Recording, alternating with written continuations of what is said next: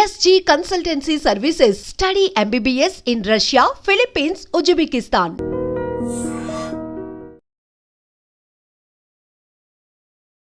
Welcome to iDream media. So ఈరోజు మనం అరుణాదేవి గారి యోగాశ్రమం మాదాపూర్లో ఉన్నాము. ఇక్కడ అనేక రకాల మెడిసినల్ ప్లాంట్స్ ఉంటాయి.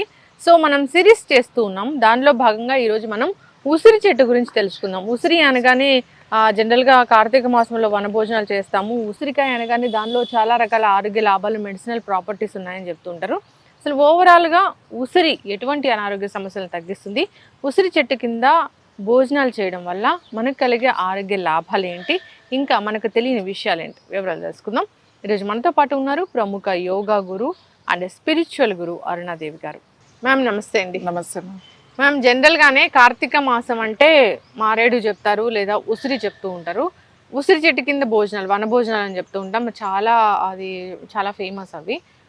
అసలు ఉసిరి కలిగించే ఆరోగ్య లాభాలు ఏంటి, ఎందుకు ఉసిరి చెట్టు కింద మనం భోజనాలు చేయాలి, ఉసిరి కూడా తీసుకుంటే చాలా రకాల హెల్త్ బెనిఫిట్స్ అంటారు, ఇమ్యూనిటీ పెరుగుతుందని అదే తెలుసు, ఇంకా ఏమున్నాయి, ఓవరాల్గా ఏం చెప్తారు మ్యామ్?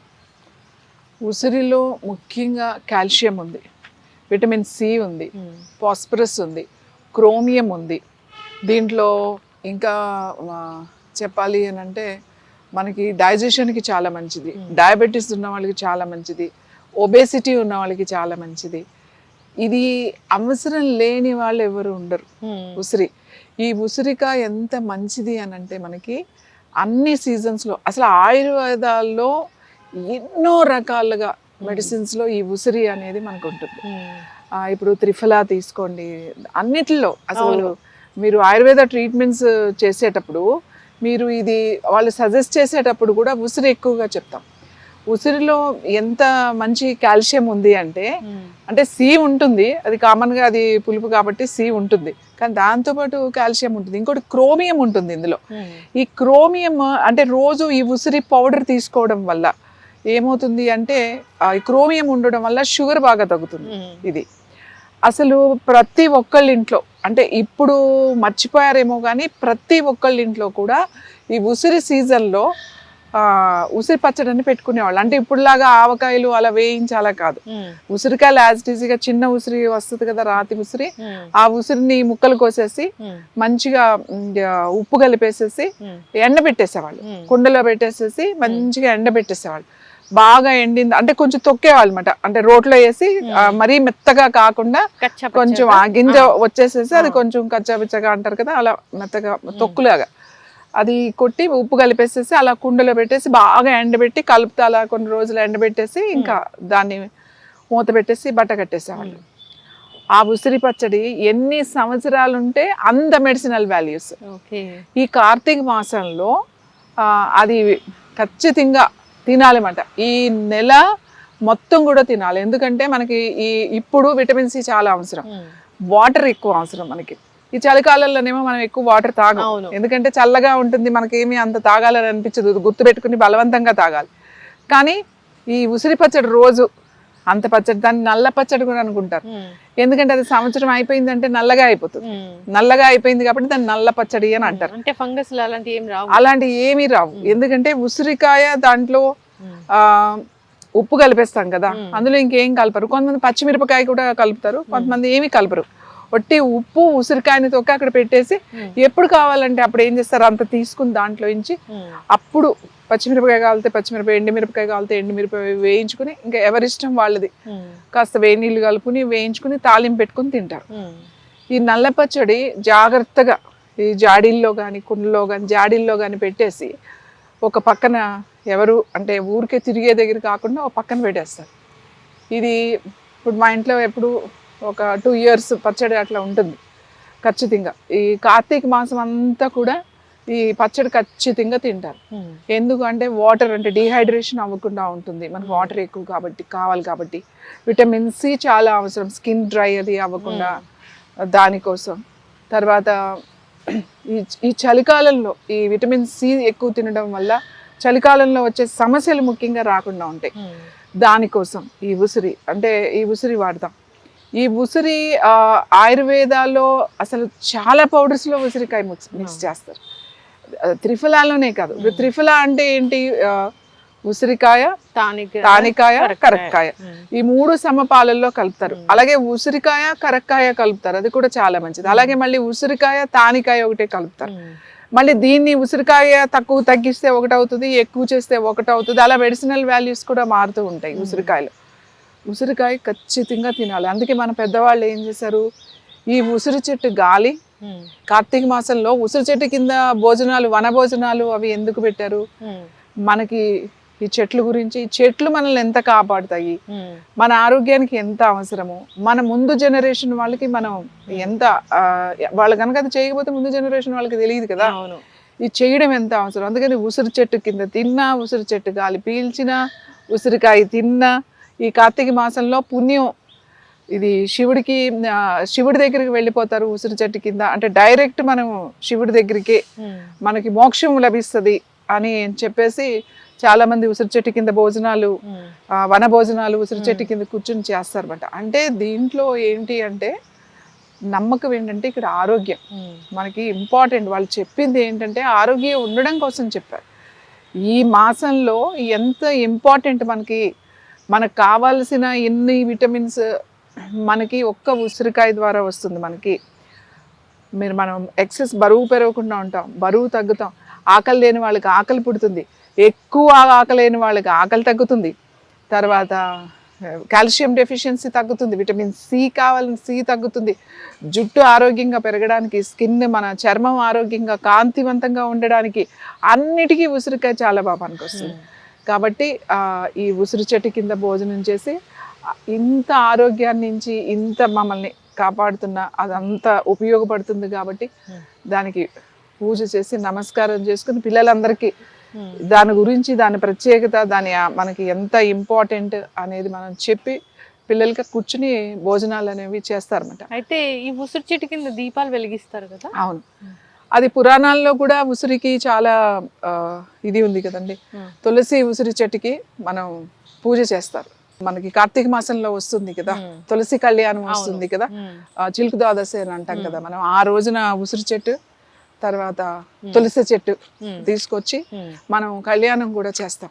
అంటే దానికి ఒక పురాణంలో ఒక స్టోరీ ఉందనుకోండి. ఇది మనం ఎందుకు పూజ చేస్తాము, మనము పుట్టకి, మట్టికి, పువ్వుకి, చెట్టుకి, గాలికి, ఆకాశానికి, సూర్యుడికి, చంద్రుడికి, నీళ్ళకి, అన్నిటికీ మనం పూజ చేస్తాం. ఎందుకు అనంటే అవి లేకపోతే మనిషి మనుగడే లేదు, మనిషే లేడు అనేది గుర్తుపెట్టుకోవాలి. ఇవన్నీ తీసేసి అంతా మనమే ఉంటే మనం బతకం. అవును, మనం ఉండం. ఒక యుగాంతం లాగా అయిపోతుంది. యుగాంతం అంటే ఏదో వచ్చేసి ఏదో అయిపోతుంది, భూకంపం వచ్చేస్తుంది, లేకపోతే ఇంకోటి ఏదో జరిగిపోతుంది కాదు. ఇప్పటికే మనం చాలా చాలా కోల్పోతున్నాం. ఇప్పుడు మనకి ఆ కోల్పోతున్న ఈ చెట్లు ఉంటే మనల్ని ఎంతో ఎంతో ఎంతో ఎంతో కాపాడుతుంది. మనల్ని కూడా కాదు, మన ముందు తరాల వారికి మనం ఇవ్వాలి.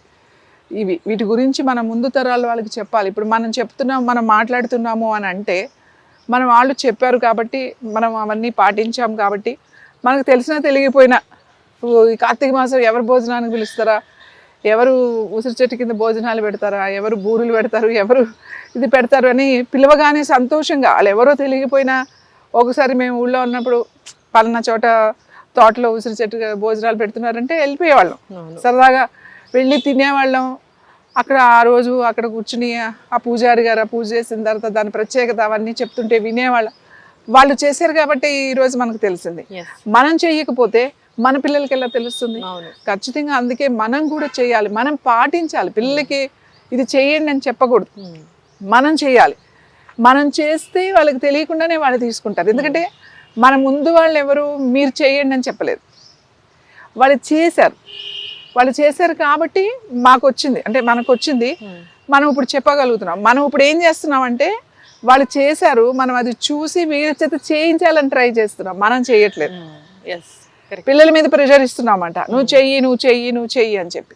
నేనేమంటానంటే ఇవి చాలా ఇంపార్టెంట్. ఇది మూర్ఖత్వం కాదు, మూఢనమ్మకం కాదు, ఏమీ కాదు. దానికి ఒక రెస్పెక్ట్ ఇస్తున్నాం మనం.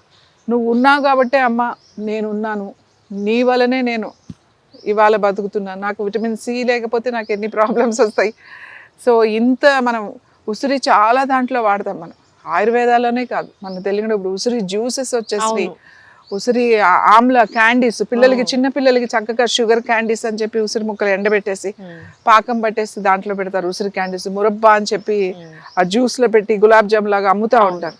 ఇది ఎప్పుడుదో కాదు, చాలా కొన్ని పురాతనమైన టెక్నిక్ మాట. ఉసిరికాయ మనం ఆ జార్స్ లో తేనెలో వేసుకుని అవి ఎండలో పెట్టేసి తేనెలో వేసేసి సంవత్సరాలు ఆ గాజు సీసాలో పెట్టేస్తారు. ఉసిరి పచ్చడి చేసుకుంటారు, ఉసిరి ఆవకాయ పెట్టుకుంటారు. ఉసిరిని మీరు ఎలాగైనా తినండి, దాంట్లో ఉన్న ఎంతో మీరు ఎంత వేయించేసి దానికి కారాలు వేసేసి ఉప్పులు వేసినా కూడా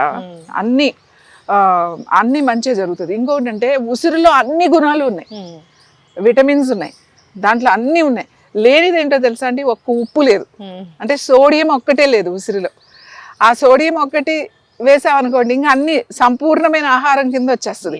అందుకే దీనికి ఉసిరికాయకి ఉప్పు ఒకటి వేస్తారు అన్నమాట. ఉప్పు వేసేసి తొక్కు పెట్టేసి ఎప్పుడే కావాలంటే అప్పుడు చేసుకుంటూ ఉంటారు అన్నమాట. అంత మంచి ఈ ఉసిరిలో. అందుకే కార్తీక మాసంలో అందరూ కూడా ఉసిరి దీపాలు కూడా పెడతారు. ఆ ఉసిరి దీపాలు పెడతారు. ఉసిరి దీపాలు ఖచ్చితంగా ప్రతి రోజు పెడతారు. తులసి కోట కింద, గుళ్ళో అంతా పెడతారు. ఎందుకు అంటే ఆ దేవుడికి ఇష్టము అది వేరే విషయం, దేవుడికి అని కాదు, దానిలో ఉన్న అంత మంచి గుణాలు ఉన్నాయి కాబట్టి అంత మనకి పవిత్రమైంది ఈ మాసం అంతా కూడా. శివుడికి ఇష్టమైనది, శివుడికి ఇష్టమైంది అని ఎందుకు చెప్తాము అంటే అన్ని గుణాలు, అన్ని మంచి గుణాలు ఉన్నాయి కాబట్టి ఈ మాసం అంతా కూడా ఉసిరి చెట్టు కింద భోజనాలు, ఉసిరికాయ తినడం, ఉసిరి పచ్చడి తినడం, ఉసిరి దీపాలు పెట్టడం, ఉసిరిదే మనకి చాలా పవిత్రంగా ఉంటుంది. మీరందరూ కూడా తప్పనిసరిగా రోజు ఈ చలికాలం, ఈ కార్తీక మాసం అంతా కూడా రోజు పెద్ద ఉసిరికాయ అయితే ఒక్క ఉసిరికాయ ఒక్కరికి చాలు. మీరు ఉసిరికాయ పచ్చడిలాగా తిన్నా పర్వాలేదు, ఉసిరి పొడిలాగా తీసుకున్నా పర్వాలేదు, మురబ్బలాగా తీసుకున్నా పర్వాలేదు, ఎలా తీసుకున్నా పర్వాలేదు. రోజు ఒక ఉసిరికాయ. ముఖ్యంగా పిల్లలకి రేట్ చీకటి రాకుండా, పిల్లలకి ఐ ఇష్యూస్ రాకుండా, పిల్లలకి ఖచ్చితంగా ఒక ఉసిరికాయ వాళ్ళకి తినిపిస్తే చాలా మంచిది. దేవుడి ప్రసాదంగా కూడా మనం దేవుడి దగ్గర పెట్టి అది ప్రసాదంగా కూడా పిల్లలకి ఇచ్చి తినిపించి దాని గురించి ఉన్న ప్రత్యేకత వాళ్ళకి చెప్పాలి. చెప్తే వాళ్ళకి తప్పకుండా అర్థమవుతుంది. అందుకే ఉసిరి చెట్టు మనకు చాలా చాలా పవిత్రమైంది. అంటే ఇప్పుడు వేరే వేరే హైబ్రిడ్ అవన్నీ వచ్చేసినాయి, కానీ నాటు ఉసిరి, మామూలు ఉసిరి అనేది, చిన్న ఉసిరికాయలు అనేది చాలా మంచిది. మేము ఇప్పుడు ఉసిరికాయ ఒక్కసారి మాకు ఆ నాటు ఉసిరి దొరికినప్పుడు చేయించిస్తే ఇప్పుడు నా దగ్గర ఉన్న స్టాక్ ఇంకా 2 bags ఫుల్ ఉంది. అంటే మేము ట్రీట్మెంట్స్లో, కషాయాల్లో, ఆయిల్స్లో, ట్రీట్మెంట్స్లో వాడతాం మేము. అది ఎప్పుడూ మనకి ఫ్రెష్ దొరకదు కదా, అందుకని అవి డ్రై చేసేస్తాం అన్నమాట. డ్రై చేసేసిన తర్వాత ఉసిరికాయ 10 సంవత్సరాలైనా ఉంటుంది. ఇప్పుడు నా దగ్గర 5 years అయింది. మీకు చూపిస్తా, పెద్ద బ్యాగ్స్ ఉన్నాయి నా దగ్గర. ఏమవ్వదు. అది మళ్ళీ మేము దాన్ని కషాయాల్లో మరగబెట్టేసి ట్రీట్మెంట్స్లో, కిడీస్లో అన్నిటిలో ఇస్తామన్నమాట దానికి. అంటే ఉసిరికాయ అంత పురాతనమైంది, అంత బాగా పనిచేస్తుంది, నిలవ ఉంటుంది, మనకి ఎన్నో ఎన్నో ఉపయోగాలు. నేను చెప్తున్నాను కదండి, ఉప్పు తప్ప అన్నీ ఉన్నాయి అందులో ఉసిరికాయలో. ఉప్పు ఒకటే, సోడియం ఒకటే లేదు అందులో. కాబట్టి ఉసిరికాయని ఆహారంగా కనుక చేసుకుంటే ఈ చలికాలంలో వచ్చే ఇబ్బందులు, సమస్యలు అవన్నీ లేకుండా హాయిగా ఉంటారు. ఖచ్చితంగా మ్యామ్, చాలా చక్కగా చెప్పారు. ఏదైనా ఇది పవిత్రమైంది, మీరు ఖచ్చితంగా దాన్ని ప్రార్థించాలి, పూజించాలి అని అంటే, దీపాలు పెట్టాలని ఏది చెప్పినా కానీ దాని వెనక ఖచ్చితంగా సైన్స్ ఉంటుంది, హెల్త్ ఉంటుంది. చెట్లు మనల్ని కాపాడతాయి, మనం వాటిని కాపాడుకోవాలి. అవి మెడిసినల్ ప్లాంట్సా, నార్మల్ ప్లాంట్సా అలా అని కాదు, ఏదైనా మనం వాటిని కాపాడుకొని నెక్స్ట్ జనరేషన్కి మంచి హెల్దీ వాతావరణాన్ని అందించాలి. చాలా చక్కటి విశ్లేషణ మ్యామ్ ఉసిరి గురించి. అందరూ తీసుకునే ప్రయత్నం చేయాలని కోరుకున్నాం. ధన్యవాదాలు.